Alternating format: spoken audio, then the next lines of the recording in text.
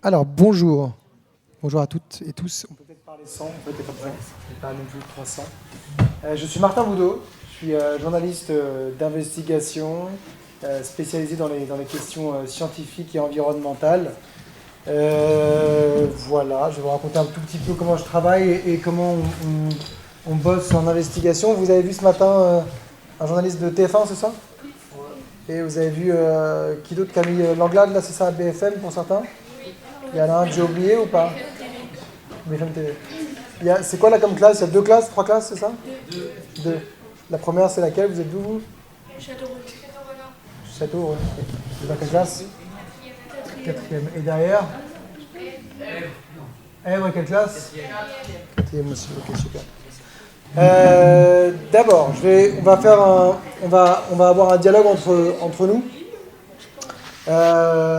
Donc, en gros, je vais vous raconter un peu ce que c'est un journaliste d'investigation, à quoi ça sert, qu'est-ce qu'on fait, les questions qu'on reçoit, comment on travaille. Je vais prendre vos questions aux uns et aux autres. Si vous en avez, n'hésitez pas, il n'y a pas de mauvaises questions. J'ai fait des dizaines d'interventions auprès de collégiens et de lycéens, donc croyez-moi, je suis rodé à l'exercice. N'hésitez pas à poser les questions, même les plus improbables. D'abord, est-ce que l'une ou l'un d'entre vous sait ce que c'est un journaliste d'investigation par rapport à un journaliste? Est-ce que ça vous dit quelque chose? Ouais. Qui va soyez du? Du fait. Ok, quelqu'un d'autre a une réponse à ça? Est-ce que vous connaissez un journaliste d'investigation? Est-ce que ça vous dit quelque chose? Ou un média qui fait de l'investigation? Vas-y, non, attends, écoute. TF1, ok. Est-ce que quelqu'un a une autre réponse? Oui. France 2. Quelqu'un d'autre? Est-ce qu'il y a un journaliste ou quelqu'un que vous suivez, vous, qui, d'après vous, fait de l'investigation? Même sur les réseaux, enfin. Non? Alors, un journaliste d'investigation, qu'est-ce que c'est? C'est un journaliste qui est rigoureux et qui a du temps. Qui a plus de temps que les autres et qui va s'intéresser notamment à des grands scandales politiques, économiques, environnementaux et qui a passé du temps dessus. C'est quoi la différence entre un journaliste d'investigation et un journaliste de peut-être TF1 que vous avez vu ce matin là? C'est que, en fait, un journaliste de TF1, il fait du news, il fait 3 minutes, il doit le faire pour le soir même pour expliquer, par exemple, aujourd'hui, il y a eu les assises du journalisme, voilà qui j'ai vu, qui j'ai rencontré, à quoi ça sert. Et un journaliste d'investigation, en revanche, c'est un journaliste qui, lui, va prendre beaucoup plus le temps parce qu'il va enquêter, essayer de révéler des choses qui ne sont pas encore forcément sorties dans le débat public. Est-ce que vous connaissez Élise Lucet? Ça vous dit quelque chose? Vous l'avez déjà vu quelque part? Elle part par là, pas mal à Squeezie, etc. Il y a quelque chose qui est drôle, les gars, ou pas? Ok. Donc, est-ce que Élise Lucet, ça vous dit quelque chose ou pas? Non, pas spécialement? Dis-moi. Elle est sur France 2. Élise Lucet, elle a créé une émission à laquelle j'ai participé et que j'ai co-créée, qui s'appelle Cache Investigation. C'est diffusé sur France Télévisions. Il y en a un qui vient de sortir là sur L'Oréal. L'Oréal, sur la grande marque que vous connaissez, avec les crèmes, avec les shampoings, etc. C'est en ligne sur France.tv, c'est le numéro 1 du replay en ce moment. Et vous pouvez aussi les retrouver sur YouTube. Tous les numéros ils sont en accès libre.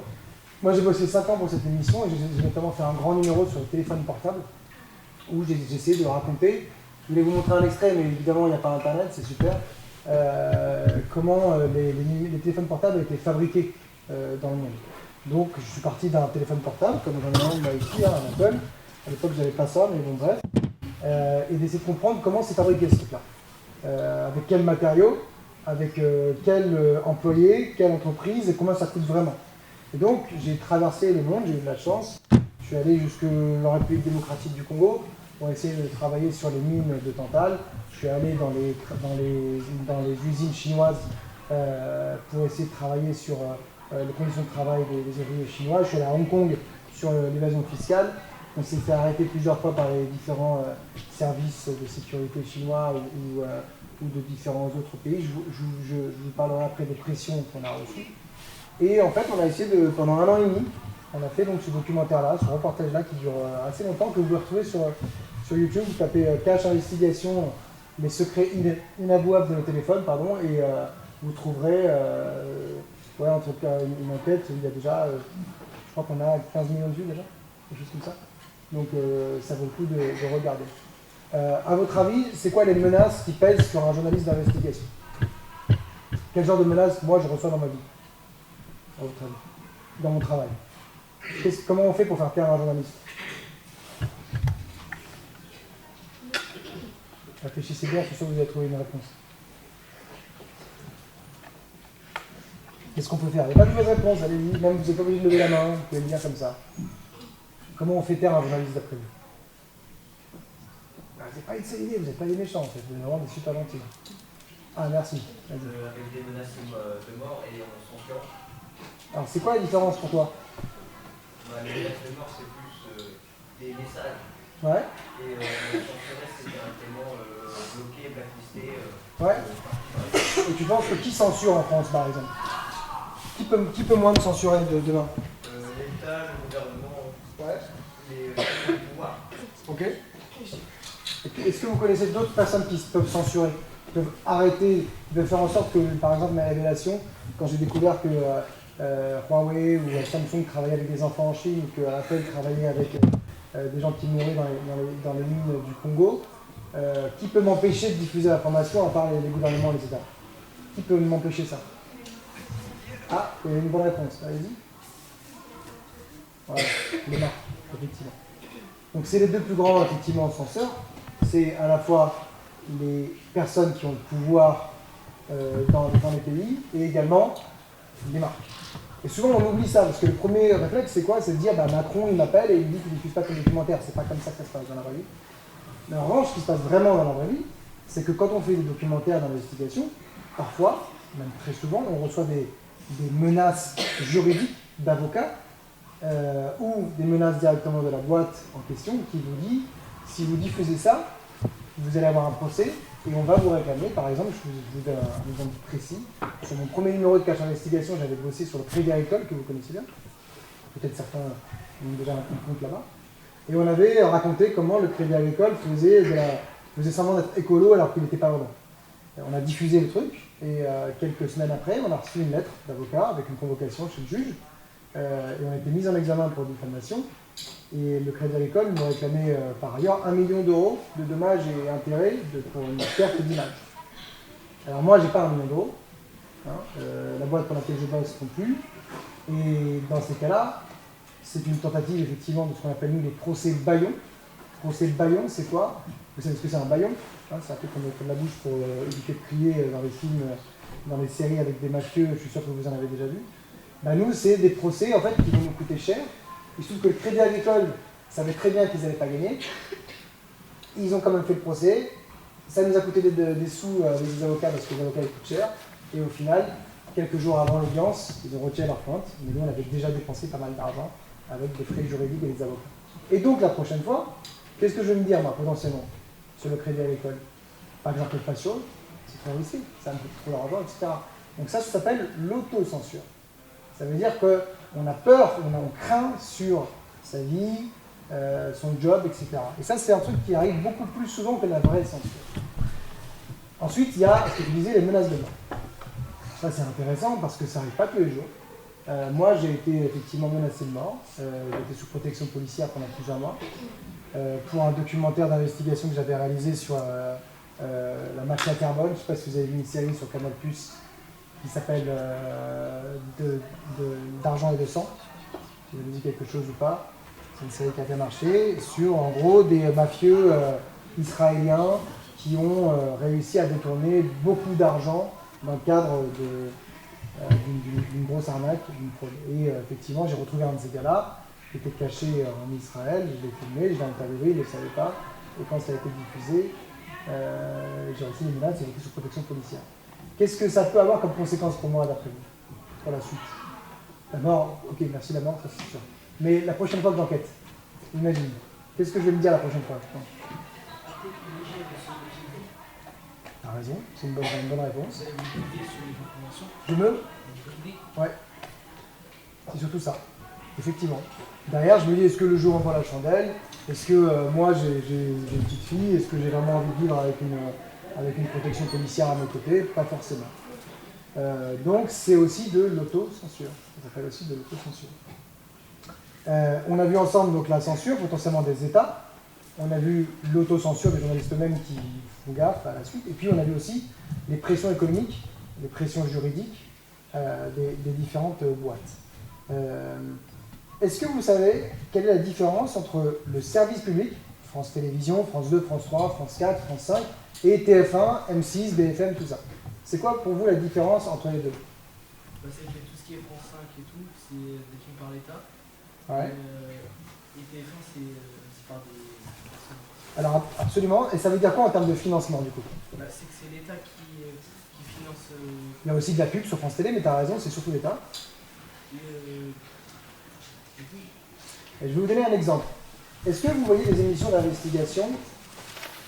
Donc, je vous ai cité Cache Investigation, il y a Complément d'enquête aussi, qui marche bien, Envoyé spécial, parfois ils font une enquête. Moi j'avais ma propre émission qui s'appelait Vert de rage sur France Télévisions, vous pouvez retrouver tous les numéros en replay sur YouTube, vous tapez Vert de rage, vous verrez que j'ai enquêté sur l'industrie de l'or en Afrique du Sud, sur l'industrie de la fast fashion en Indonésie, sur l'industrie du charbon, sur les PFAS que vous connaissez peut-être de nom, sur le plomb dans le nord de la France, sur le cadmium, que des trucs sympas, plein de pollution, et vous verrez comment on enquête.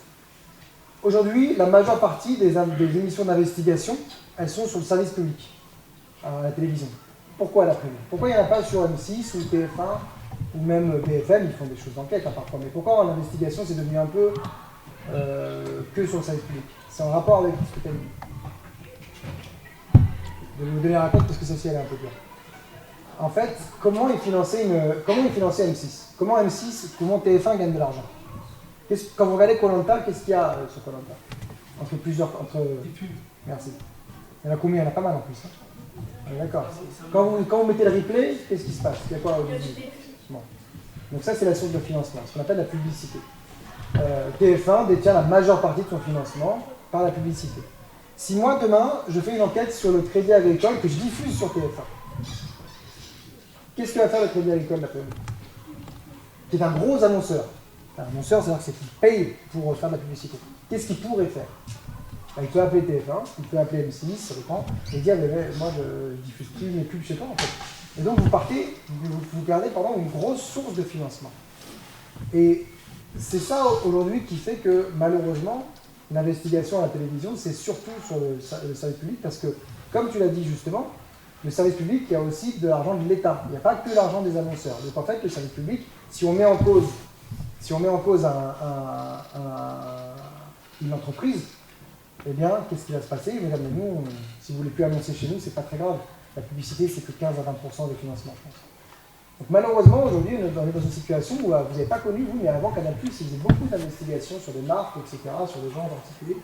Ils ne le font plus parce qu'ils ont été repris par un propriétaire qui n'a plus envie de le faire. M6 le fait beaucoup moins. TF1 ne le fait plus du tout.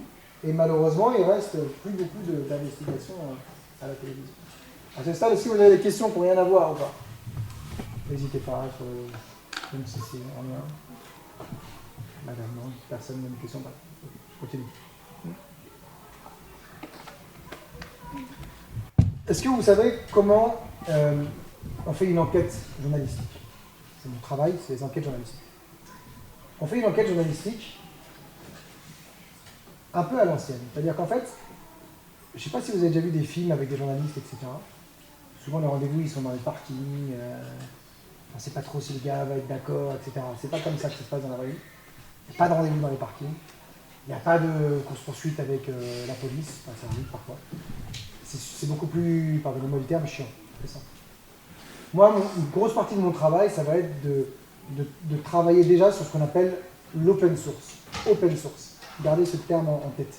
Open source, c'est déjà tout ce qui a été diffusé, publié et qui existe sur Internet. Et donc, il y a un gros travail pour essayer de retrouver ce qui a déjà été fait. C'est une grosse matière. Puis ensuite, je vais trouver un nom d'un gars qui est intéressant ou d'une femme qui est intéressante, qui va elle-même me parler de quelqu'un, qui lui-même va me parler de quelqu'un. Et souvent, celui que je vais interviewer à la fin, qui a l'info de malade, c'est le 6e, 7e, 8e, 9e, 10e que j'ai eu en lien avec un sujet en particulier. Puis ensuite vient, je vais trouver des révélations, par exemple sur une pollution, sur un scandale, etc. Je vais faire ce qu'on appelle le contradictoire. Est-ce que ça vous dit quelque chose, ça, le contradictoire? Qu'est-ce que ça veut dire là d'après vous? Contradictoire. J'ai trouvé une info et je fais le contradictoire. Ça veut dire quoi? Ça veut dire qu'en fait, je vais aller voir la personne qui est mise en cause, ou l'entreprise qui est mise en cause, ou l'institution qui est mise en cause, avec mes informations, et je vais lui poser les questions. Je donne toujours cet exemple-là. Vous avez fait un truc sur les fake news, non, juste avant, c'est ça? On va faire un exemple pratique. On va imaginer que... On va imaginer que ce sac-là, c'est le mien, d'accord? Et que à la fin de l'intervention, je m'en vais, ok? Je laisse mon sac ici. Comment tu t'appelles? Pierre-Jean. Pierre-Jean. On va imaginer que Pierre-Jean, à la fin de l'intervention, je suis parti et que j'ai laissé mon sac et que Pierre-Jean prend mon sac. Comment tu t'appelles? Ryan. On va imaginer que Ryan est journaliste. Ryan, il a vu ça, il peut dire factuellement, j'ai vu Pierre-Jean qui a pris le sac, je pense que Pierre-Jean est un voleur. Ok? Potentiellement, il peut dire ça. Il peut même l'écrire. Qu'est-ce que fait un bon journaliste? Il voit Ryan qui prend son sac, il va faire ce qu'on appelle le contradictoire. Il va interroger à la fois Pierre-Jean, excuse-moi, et à la fois Martin. Voilà. Et en fait, qu'est-ce qui s'est passé? Et bien en fait, Martin, moi, j'avais demandé à Pierre-Jean de prendre mon sac parce que j'étais trop en retard et c'était à lui que je l'avais confié.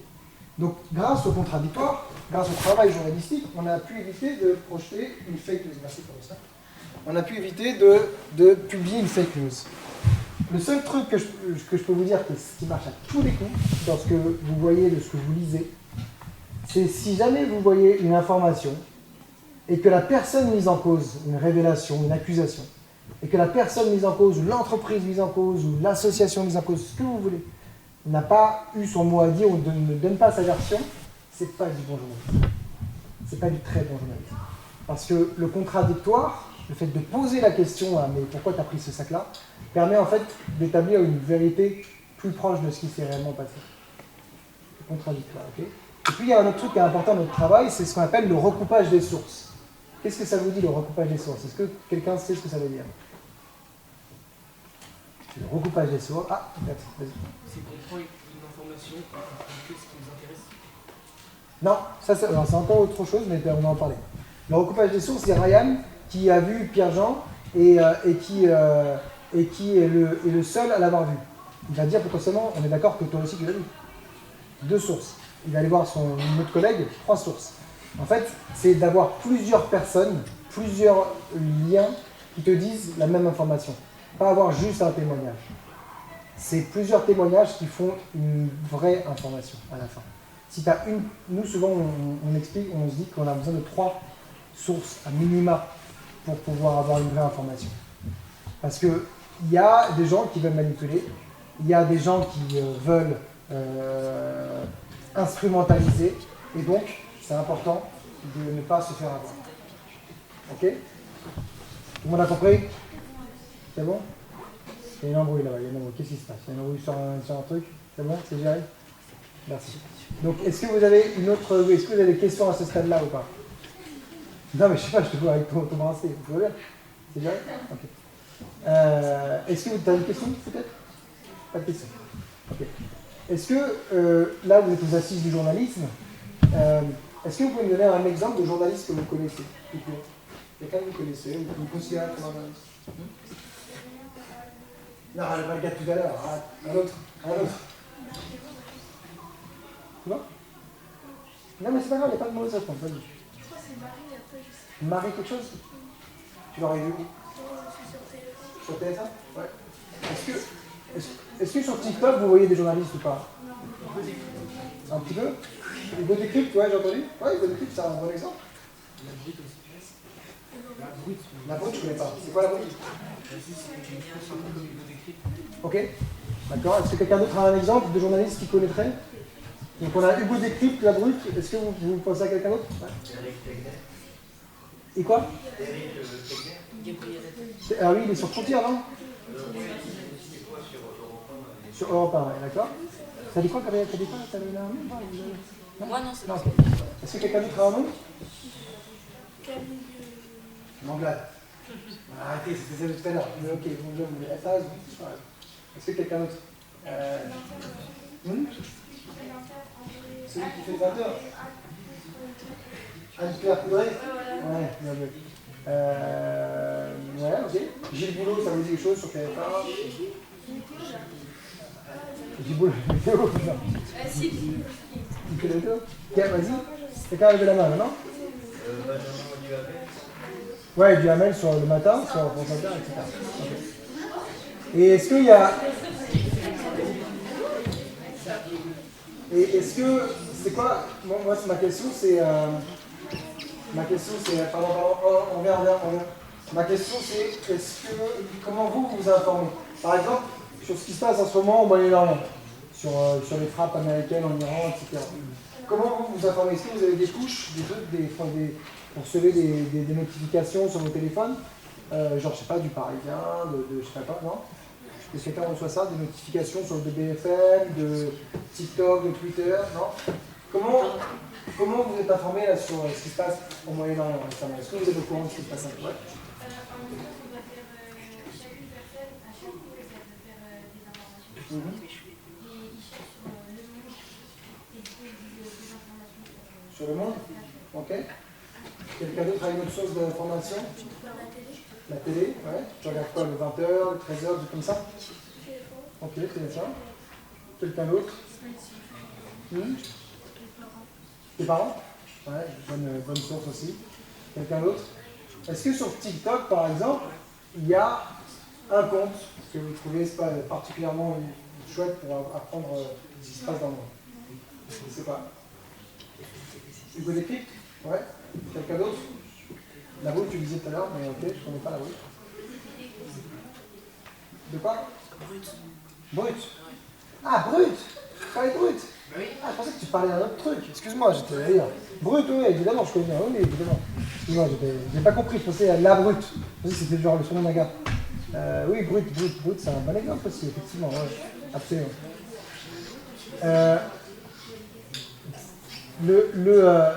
Sur ce qui se passe en ce moment au Moyen-Orient, vous l'avez compris, c'est complexe. Hugo Décrypte, c'est une bonne source d'information. Est-ce que une seule ou un seul d'entre vous, aujourd'hui, est abonné, paye pour une information? Ou même vos parents? Est-ce que, je ne sais pas, vous payez 1,99 € pour une application? Vous avez le droit de lever la main ensemble de payer ça? Non? Personne ne paye pour l'information. On est d'accord. Ok. Et est-ce que vous pensez que l'information, elle est gratuite ou pas? Oui? Non, mais c'est intéressant, il n'y a pas de mauvaise réponse. Pourquoi elle est gratuite? Parce que c'est une information, c'est négatif, forcément, les autres vont pouvoir s'en occuper. Ok. Qui d'autre pense que l'information est gratuite? Explique-moi ce que ça veut dire gratuit là. Gratuit, ça veut dire que je vais être libre d'accès à tous. Ok. Ok. Et donc, le journaliste qui, par exemple, est envoyé spécial en Iran, alors, en Iran, c'est compliqué d'être envoyé spécial en ce moment, mais il y en a un qui en a quand même un seul. Ou moi qui vais faire des enquêtes, etc. Est-ce que vous pensez du coup que je travaille gratuitement? Non. Donc, il est où le sujet où vous travaillez? C'est intéressant parce que, pour vous, c'est quoi là? Donnez-moi 2-3 infos que vous avez entendues récemment. Oubliez la priorité. Est-ce qu'il y a des trucs qui vous ont frappé aujourd'hui, là, même hier? Des infos que vous avez entendues, que vous avez lues? Dites-moi 2-3 trucs dont vous avez entendu parler récemment. Ouais. Le prix de l'essence, ok? Quelqu'un d'autre? Une information qu'il a entendue cette dernière semaine?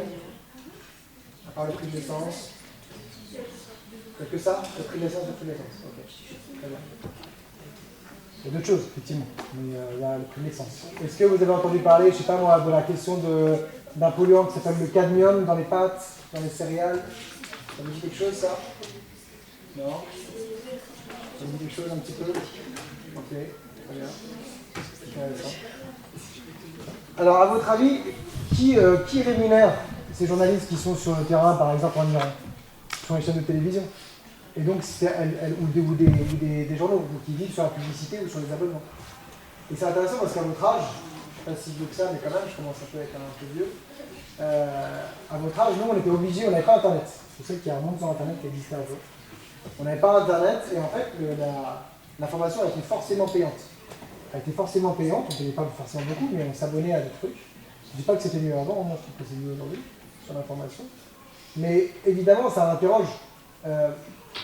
pour qu'on revienne à ce qu'on s'est dit au début, pour qu'on fasse du journalisme de bonne qualité, avec le contradictoire, avec le recoupage des sources, avec l'investigation, etc., il faut des journalistes comme moi ou d'autres qui travaillent pendant assez longtemps et qui sont rémunérés pour ça. Et donc, à un moment donné, il faut comprendre que l'acte journalistique, c'est une production d'information et que forcément, ça doit être payant d'une manière ou d'une autre.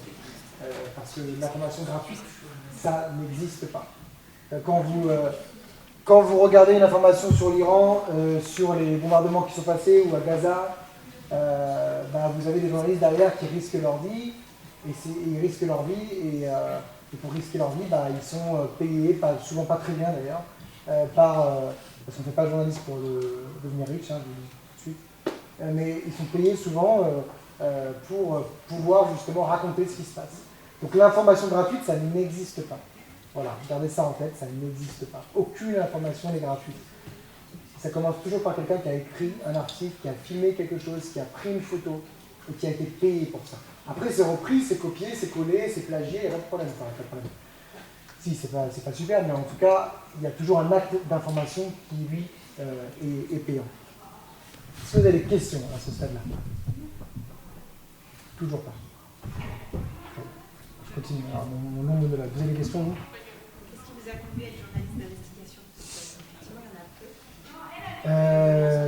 Oui, moi j'ai eu un bac ES, économique sociale, à l'époque ça s'appelait comme ça. Ensuite j'ai fait du droit pendant 6 mois, ça n'a pas plu. Donc j'ai travaillé à la Brioche Dorée pendant 1 an. Puis ensuite je me suis inscrit en sociologie et histoire à la fac de Nanterre. J'ai eu un bac +2, et c'est un bideuil à l'époque. Et ensuite, j'ai passé une école de journalisme public, qui est ici, l'école publique de Tours. C'est pour ça que je suis là aussi de retour, ça c'est là quelque part. L'école publique de Tours, qui était donc publique, comme son nom l'indique, parce que moi j'avais pas les moyens pour m'acheter une école privée, ce qui est un peu une bêtise, hein, je vous le dis un jour, si jamais vous êtes confronté à ça, quelles que soient vos études, il est possible de faire des crédits à 0%, moi c'était impossible pour ma famille, mais il est possible de rembourser sur 10 ans un crédit pour intégrer une bonne école privée. Attention de bien choisir votre école, parce qu'il y a quand même beaucoup d'écoles privées un peu nulles. Et donc j'ai fait ça, et ensuite j'ai fait une 3e année spécialisée journalisme aux États-Unis, à Denver, et ensuite je suis rentré en France pour intégrer une agence de presse spécialisée dans l'investigation qui s'appelle Première Ligne. Et c'était, quand j'étais en école de journalisme, je me rappelle qu'on était obligé pour le news, les gens de TF1 que vous avez vu ce matin, donc c'est 3 minutes, c'est des petits reportages qui sont là le soir. Il y a un format, et on m'avait dit, c'est soit cette information-là que tu mets, soit l'autre. Et je me souviens que j'avais l'impression que les deux se valaient. Et donc j'ai dit que je n'allais pas faire du court, que je voulais faire du long format. Donc ça a été un peu un déclic pour moi. Mais est-ce que certains d'entre vous ont déjà pensé à être journaliste? Ou pensent encore? Tu peux le faire, hein, c'est très bien. Et qu'est-ce que vous pensez qu'il faut comme qualité pour être journaliste? Pas être timide. C'est la première des grandes qualités. Bravo, c'est la meilleure réponse que tu puisses donner. La timidité est un défaut en journaliste. Oui. Curieux, il faut aimer les gens. Ouais. Pas avoir peur d'enquêter, ok. Sociable, ouais, absolument. Est-ce que vous pensez à autre chose? C'est à peu près toutes ces qualités-là. C'est un travail qui est très humain, et souvent tu vas voir des gens que t'embêtes, en fait, dans ton quotidien. Les premiers reportages que j'ai fait, moi, c'était des reportages sur les commerces à Noël. Donc en fait, tu te ramènes le matin à 8h du matin, et en fait, le gars, il n'a pas envie de te recevoir, il a déjà beaucoup de taf, et toi, tu fais un sujet pour expliquer que justement, il a beaucoup de taf, et que c'est le moment de l'année où il a travaillé comme un fou. Et donc, tu t'incrustes un peu toujours, il y a toujours un peu ce truc de l'incruste. Donc, j'ai vraiment aimé les gens. Il y a quelque chose aussi souvent qui se passe en journalisme, qui fait que souvent, on a envie de raconter des histoires de gens qui n'ont pas forcément la parole.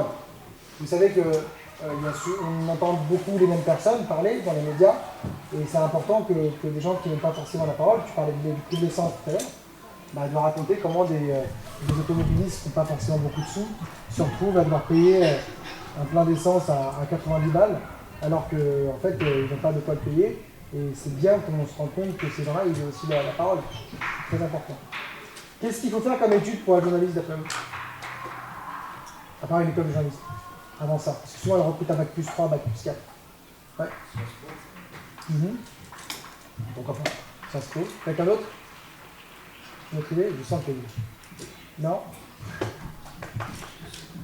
En fait, en journalisme, ce qui est assez chouette encore, c'est que il n'y a pas vraiment de formation idéale.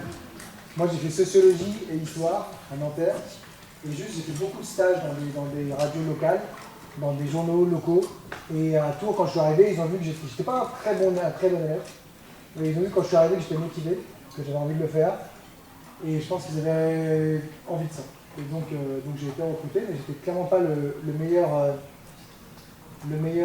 profil. Après, je suis sorti major de promo. Mais sur le papier, au début, c'était pas fou. Je dis ça à celles et ceux d'entre vous qui ne sont pas forcément numéro 1 dans la classe. Il y a un risque.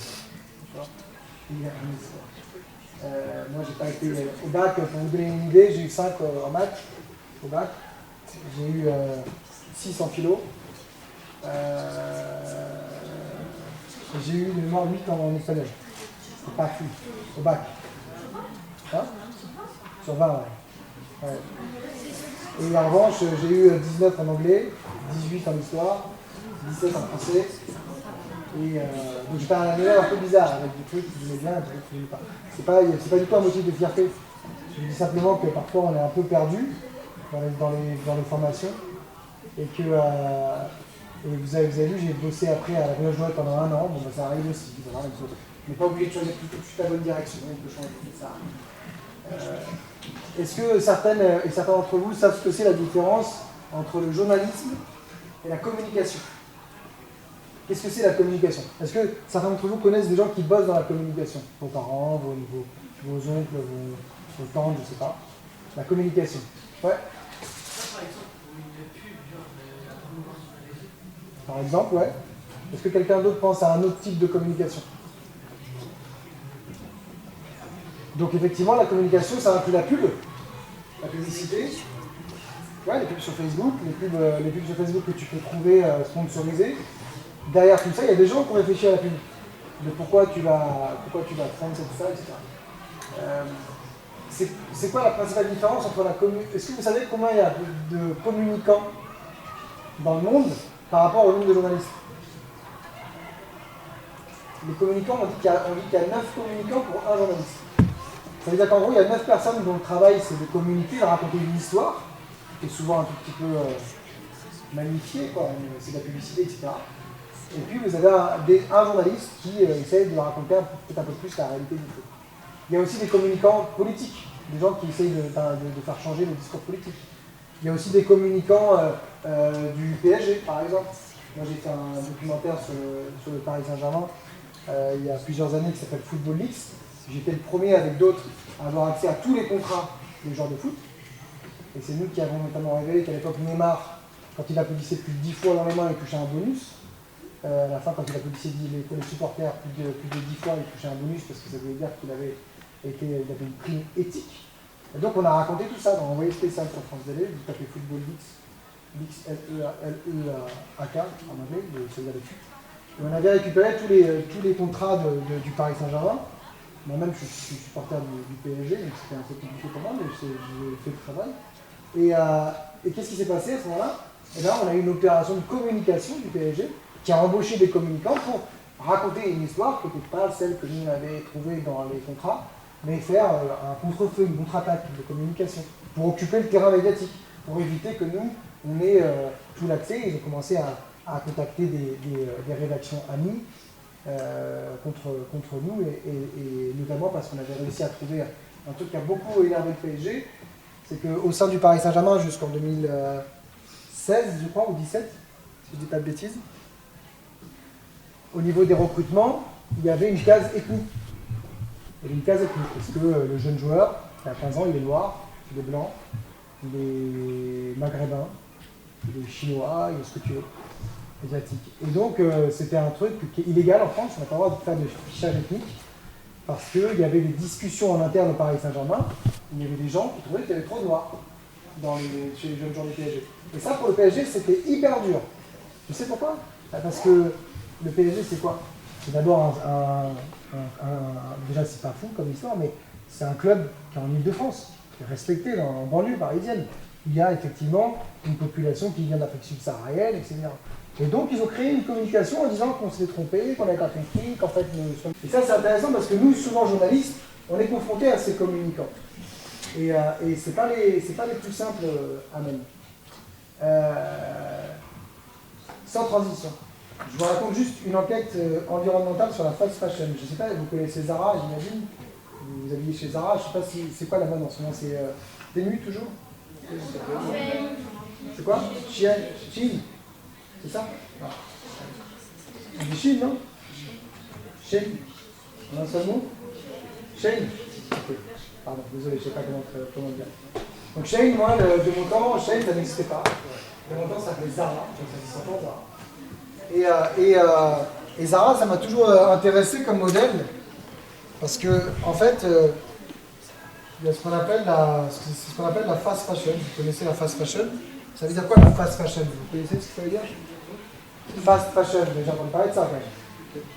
Non? Ça vous dit rien?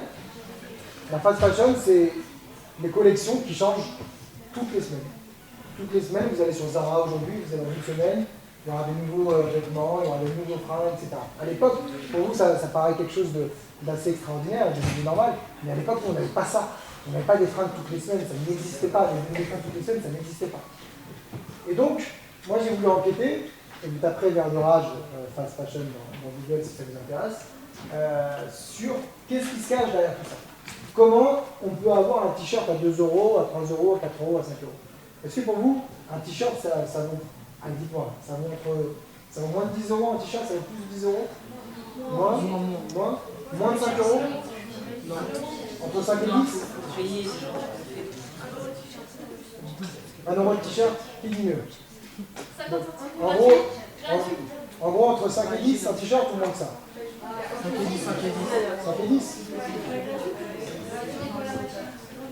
Ouais. Ça dépend de la marque, ça dépend de la matière, etc. En fait, derrière ce qu'on appelle la fast fashion, donc c'est les marques qui vont avoir beaucoup de volume, et bien il y a forcément un système que vous connaissez. Est-ce que c'est fabriqué en France, vous pensez, pour 5 et 10 €? Non. C'est fabriqué où, vous pensez? Chine. En Chine? En Chine, est-ce que vous connaissez un autre pays, la Chine? Vietnam. Ouais, très bien. Moi, je suis notamment allé pour cette enquête-là, je suis allé en Indonésie. Vous savez où c'est l'Indonésie? C'est en Asie. Je me suis intéressé à Gap, à Zara et à H&M. H&M, vous connaissez aussi? Et j'ai essayé de comprendre comment les usines de vêtements, elles travaillaient. Et donc, j'ai réalisé plein de prélèvements partout autour des usines, des prélèvements d'eau, des prélèvements de sol, des prélèvements de cheveux, des gens qui vivaient autour, pour essayer de comprendre quelle était la pollution de ces usines-là en Indonésie. Et donc, on a réussi à travailler là-dessus et à trouver qu'il y avait beaucoup de polluants, malheureusement, dans l'environnement de ces usines-là. Et c'est comme ça qu'on a donné ces informations à la fois du gouvernement indonésien, à Gap, à H&M et à Zara, pour essayer qu'ils changent. Et d'ailleurs, derrière, ils ont un petit peu changé, ils ont changé de fournisseur, etc. Mais est-ce que vous pensez qu'un t-shirt qui vaut 5 €, qui se fait, à votre avis, qui se fait avoir sur le chemin? Qui se fait avoir? Pourquoi? Genre qui, quand il y a ceux qui font avoir? Par exemple, il y a des enfants qui travaillent dans des usines qui sont à la. Ok. Est-ce que vous pensez que d'un point de vue environnemental, ça donne quoi, vous pensez? Est-ce qu'on utilise des produits qui sont respectueux de l'environnement, respectueux des gens qui travaillent? Est-ce que vous pensez qu'il y a de la pollution quand on fait le t-shirt à 5 € ou est-ce que c'est pas le sujet? Donc il y a aussi ça. Il y a évidemment ce que tu viens de dire sur les conditions de travail, et puis il y a aussi la question de l'impact environnemental. Est-ce que vous savez aujourd'hui quel est l'impact de l'industrie de l'habillement, de la fast fashion, sur la pollution mondiale? Est-ce que ça vous dit quelque chose? Aujourd'hui, on estime que l'industrie du textile, donc les vêtements que vous portez, moi aussi, la fast fashion, c'est entre 15 et 20% de la pollution totale qu'on peut retrouver dans le monde. Pourquoi? Parce qu'il y a la production de textiles, donc c'est le coton, c'est le synthétique, c'est la chimie. Puis ensuite, il y a la production en tant que telle dans les usines. Puis après, il y a quoi? Comment ça arrive jusqu'ici? Comment vos vêtements ils arrivent? Comment nos vêtements ils arrivent jusqu'ici? En cargo, voilà, exactement, en bateau. Et les cargos, ça pollue évidemment énormément. Ou en avion, ça dépend du temps. La question, peut-être, la chose que je voudrais vous dire, c'est que, je dis souvent ça aux classes avec lesquelles j'échange, c'est que dans la vie, on a souvent deux pouvoirs. Nous tous. Le premier, c'est le bulletin de vote. Vous ne l'avez pas encore, mais bientôt vous voterez. Vous avez quel âge du coup? Bon, c'est un petit peu de temps encore. Vous avez encore un petit peu de temps avant de voter. Donc vous n'avez pas encore ce pouvoir-là, mais c'est un pouvoir que vous allez avoir à 18 ans et qui est vachement important. Le pouvoir de voter. Vous votez ce que vous voulez, mais vous votez. Juste un truc que j'ai à vous dire, je suis allé dans différents pays dans le monde, il y a des gens qui meurent pour essayer de voter. Donc quand on a ce privilège-là, entre guillemets, il ne faut surtout pas, à mon avis, l'ignorer. Et le deuxième pouvoir que vous avez déjà, je ne sais pas si vous avez de l'argent de poche ou pas, mais le deuxième pouvoir que vous avez, c'est votre porte-monnaie. À chaque fois que vous achetez quelque chose, à chaque fois que vous achèterez quelque chose dans toute votre vie, cette tomate-là plutôt que l'autre, ce téléphone-là plutôt que l'autre, ce t-shirt-là plutôt que l'autre, cette marque plutôt que l'autre, et là vous faites un choix. Vous faites un choix. Et quand vous faites ce choix-là, vous soutenez ou pas une vision de société, vous soutenez ou pas une marque, vous soutenez ou pas quelque chose qui est en lien avec vos valeurs. Il ne faut pas du tout sous-estimer le pouvoir de votre portefeuille. Évidemment, tu parlais tout à l'heure de l'essence. Là, tu n'as pas le choix. Tu ne vas pas prendre de l'essence ou pas de l'essence. C'est juste pour ta voiture, tu es obligé d'avoir de l'essence. Mais quand tu prends Adidas plutôt que Nike, quand tu prends une marque qui coûte plus cher, mais tu sais qu'il va durer plus longtemps potentiellement. Quand tu prends, je ne sais pas moi, un bijou plutôt qu'un autre. Quand tu prends un téléphone plutôt qu'un autre. Quand tu prends une application plutôt qu'un autre.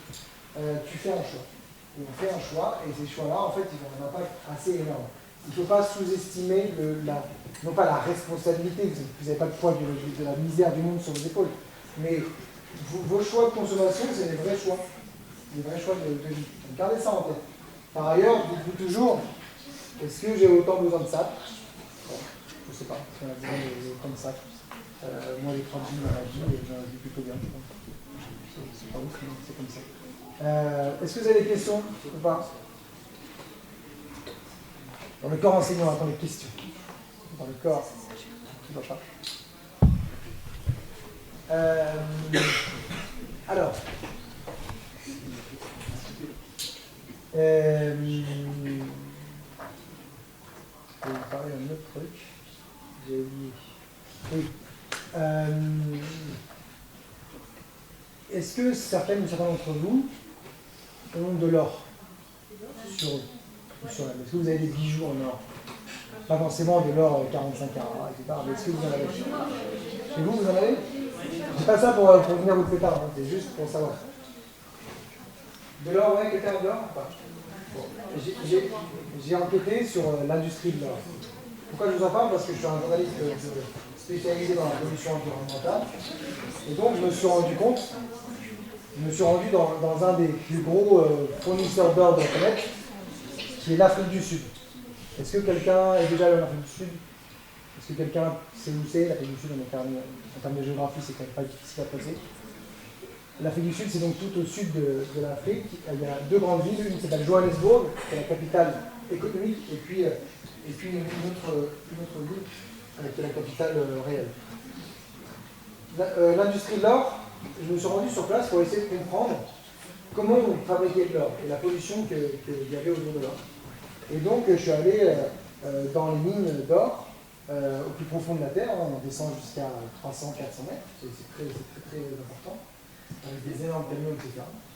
Et je me suis rendu compte d'un truc un peu fou, c'est qu'en gros, il faut 1 tonne de terre. Vous voyez ce que c'est une tonne pour avoir 1 gramme d'or. Est-ce que c'est un gramme, une tonne?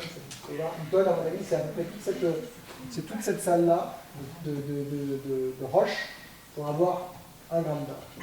Et je me suis posé la question, mais en fait pourquoi, ça me paraît, vous taperez Afrique du Sud, vers l'orage, si ça vous intéresse. Mais pourquoi en fait d'après vous, pourquoi aujourd'hui l'or c'est aussi réputé? Pourquoi? Est-ce que vous trouvez que c'est un métal qui est utile? Pour les bijoux, ouais. Mais est-ce qu'aujourd'hui tu as des métaux, est-ce que c'est des métaux, l'or, etc., qui sont d'après toi plus utiles dans le monde que l'or? Par exemple, est-ce que ton téléphone portable il a besoin d'or? Un tout petit peu. Un tout petit peu, mais c'est pas du tout le plus important. D'ailleurs, à mon avis, il y aura plus mais un tout petit peu. En fait, c'est intéressant de voir comment l'homme a décidé que l'or était devenu la valeur référence. Aujourd'hui, il y a des métaux dans le monde qui sont beaucoup plus importants. Je peux vous parler du néodyme. Vous avez jamais entendu parler du néodyme. Le néodyme, c'est une pierre rare qui sert à faire des vibreurs, des vibreurs de téléphone. Il y a plein de choses qui vibrent dedans. Il y a plein de choses aujourd'hui qui sont beaucoup plus intéressantes que l'or. Et bien alors, en fait, si on a décidé dans le monde, nous, c'était la valeur extraordinaire, c'est pour une simple et bonne raison. C'est quoi, à votre avis? La couleur est... Qu'est-ce qu'il y a? L'or, d'accord? Ça brille. Voilà. Et donc l'or, aujourd'hui, n'a pas beaucoup d'utilité comme minerai par rapport à plein d'autres minéraux dans le monde. Il est même beaucoup moins intéressant que plein d'autres minéraux. Mais ça reste encore aujourd'hui la valeur de référence parce que ça brille. Et donc je trouve que c'est intéressant de se dire, tiens, est-ce que vraiment je veux soutenir une industrie qui pollue autant et qui pour autant n'a pas construit des minéraux qui ne servent pas à grand chose si ce n'est à briller et donc moi me mettre en avant. Je trouve que c'est intéressant, c'est un truc dont on pourrait se passer assez facilement là, en vrai on n'aura pas trop besoin. Et pourtant on continue tous et toutes d'essayer d'avoir des choses en or qui brillent parce que c'est du savon, c'est chouette, mais en réalité c'est pas hyper utile et surtout ça pollue beaucoup. C'est juste cette petite principe que vous avez vu. Des questions, toujours pas de questions?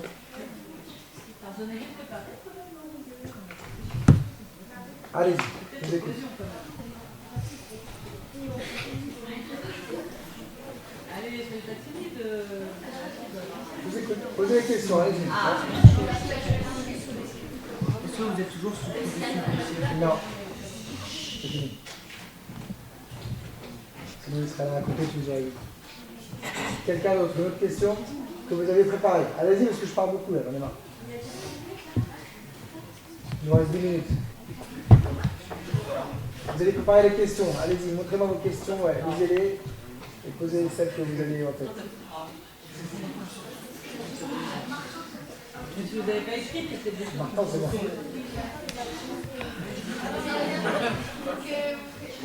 De ça? Ah, il y a un autre Martin, ok. Il y a souvent du Martin. C'est qui s'appelle Martin ici? Vas-y, Martin. Il n'y a pas une personne, vous avez tous réfléchi à des questions posées. Ouais. Est-ce que le métier de journaliste paye bien? Non. Si, non, mais ça paye mieux que vos profs. Mais, ça paye mieux que vos profs, mais c'est pas, on n'a pas forcément les mêmes vacances, mais c'est tous les deux une passion, je pense. Non, ça va, ça va. Non, on gagne,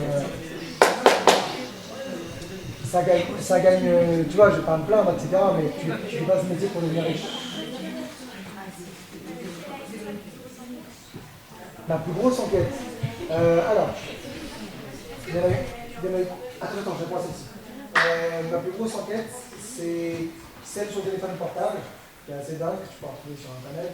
Je pense que c'est celle sur les PFAS, je sais pas si c'est quelque chose de terres fluorées, c'est une pollution assez importante que j'ai révélée avec le petit du Valorage en 2020. Une grosse enquête qu'on a fait sur la question de la contamination au plomb, où on a trouvé que les enfants étaient touchés dans le nord de la France, personne n'était au courant, et qu'ils avaient beaucoup de difficultés.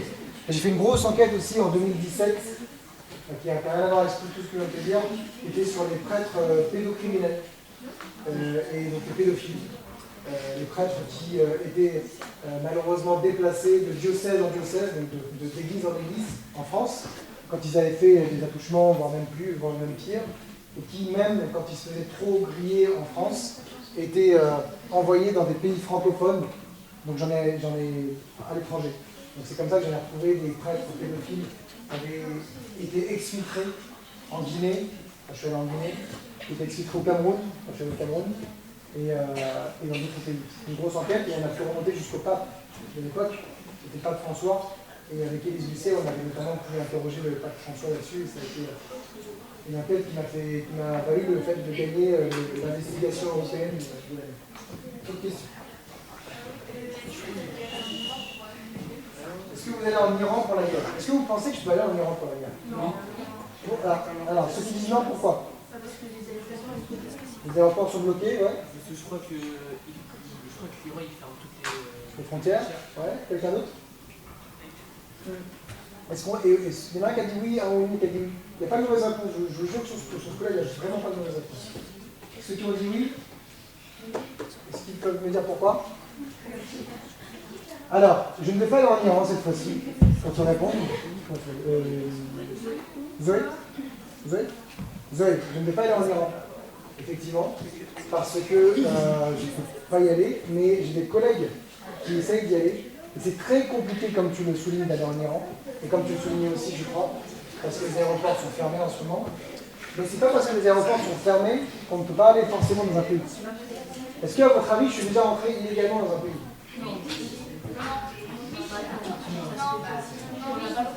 On n'a pas le droit? Oui. On est interdit par la loi. Et ben oui, je suis rentré illégalement dans le pays. Alors, je vais en plusieurs. D'abord, avant d'aller dans un pays, on va aller vite parce que c'est presque fini. Encore 3 minutes d'attention et c'est fini. D'abord, avant d'aller dans un pays, nous on demande des autorisations à l'État en question, au Maroc, qui que ce soit. Est-ce que vous êtes d'accord pour qu'on vienne et qu'on nous délivre un visa presse? Un visa presse, c'est ce qui nous permet de travailler, un visa journalistique. Est-ce que vous pensez que les États ils nous donnent souvent le visa journalistique? Pas beaucoup. Qu'est-ce qu'on fait dans ces cas-là? On dit ok, vous n'avez pas donné le visa journaliste, du coup on n'y va pas? Ou est-ce que quand même on se dit qu'on y va? Ça dépend des fois. Mais il y a des fois on y va. Moi par exemple au Maroc, ils ne voulaient pas que je vienne pour enquêter sur l'industrie du phosphate. Et ça a été compliqué. Mais je suis quand même allé en tant que touriste. Après, c'est pas l'idéal. Je me suis fait poursuivre par les renseignements généraux et ça s'est fini pas très bien. Mais c'est comme ça que ça se passe. La première des censures, c'est les États qui ne vous donnent pas accès à un visa presse. Donc là, effectivement, en Iran, c'est très compliqué en ce moment. Mais par exemple, la Syrie, quand c'était la guerre en 2013, là où c'était vraiment petit, en 2013, il y a eu un soulèvement, en